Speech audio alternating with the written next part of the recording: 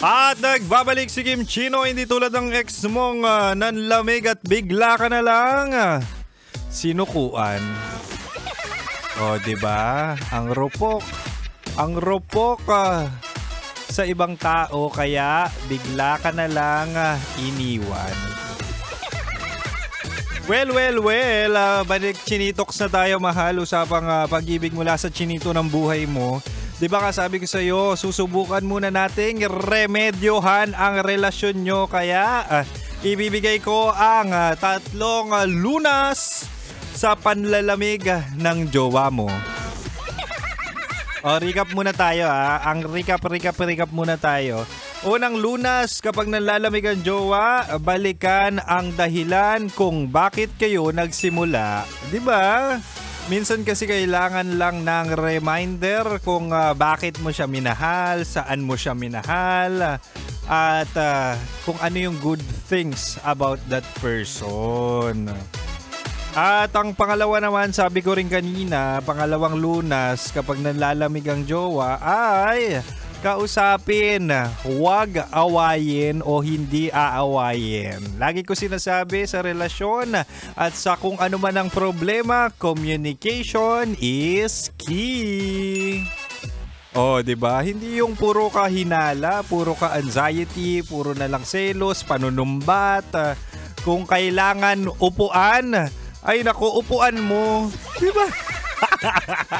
Upuan mo at mag-usap kayong heart to heart, ganun. At syempre, dumako na tayo sa pangatlong lunas. Ito na, mahala, ang pangatlong lunas natin. Magbago kung kailangang magbago.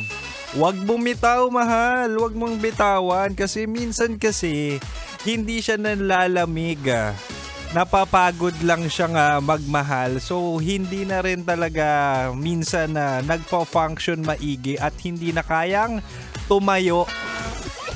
Hindi na kayang tumayo minsan para makipag-date. Ayan na naman tayo.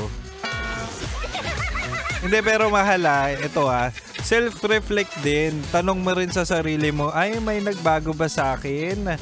Hindi mo dapat lahat isisi yung mga kakulangan, yung parang pagtamlay sa partner mo lang. Kasi malay mo, ikaw rin naman yung may problema.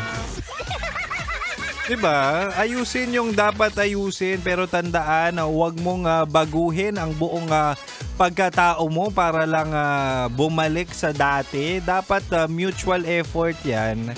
Ang relasyon dapat partnership, hindi yung ikaw na lang palagi. Alamin mo ha. At mahal, kung ginawa mo na lahat pero nanlalamig pa rin, minsan kahit anong init mo, kung ayaw na talagang magpainit ng kabila or ng jowa mo, wala ka rin talagang magagawa. Kundi alagaan mo na lang yung sarili mo. Imagine mo nag-effort ka na, no? Nag-effort ka ng lambingin, nag-effort ka ng pisilin, masahihin, 'di ba? Pero wala pa rin. Ay nako. I-check mo rin ha, hindi laging ikaw. Anyway, mahal, sana maremedyohan ang relasyon nyo base sa topic natin sa Chinitox tonight. Lunasan muna, remedyohan muna ang relasyon kapag naglalamig. At kung wala pa rin talaga, that would be the time na palayain nyo na ang isa't isa. Naglolokohan na lang kayo, sayang oras.